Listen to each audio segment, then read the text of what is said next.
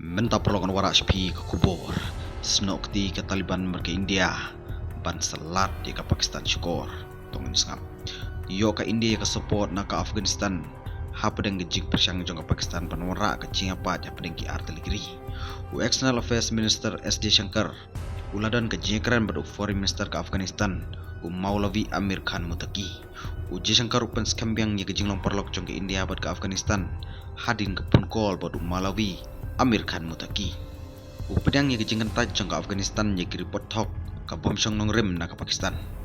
Usngau nguru ye ke sarkar Afghanistan baka penrem ye kejing tembor ki leno ha Pahalgam.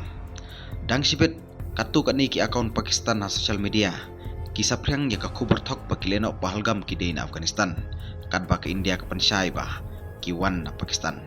Hapreng ke operation sindur kam ke Pakistan basiat ke India way missile sa Afghanistan. Unong akitin ke Pakistan Army Lieutenant General Ahmad Sharif Chowdhury upentip ya kani haga kandai terik me haga sputrik me unong akitin ke Afghan Defense Ministry uong ke jingkono jang ke Pakistan ka bom syong nong rem ka khama press ka ong bau enai tula khawasmi unong akitin ke Defense Ministry Afghanistan wong kamdan kum kati ke jingjia ka India kumju ka batai ke jingkono jang ke Pakistan bakadai ke bersyukur bat ka bai ibri hadu ka tata.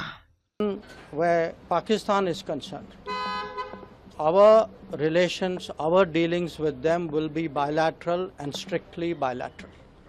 That is a national consensus for many years, and there is absolutely no change in that consensus that dealings with Pakistan will be bilateral. Talks with Pakistan. I think the Prime Minister made it very clear that the only talks with Pakistan will be on terror. That Pakistan has a list of terrorists who need to be handed over. They have to shut down the terrorist infrastructure. They know what to do. We are prepared to discuss with them what is to be done on terrorism. Those are the talks which are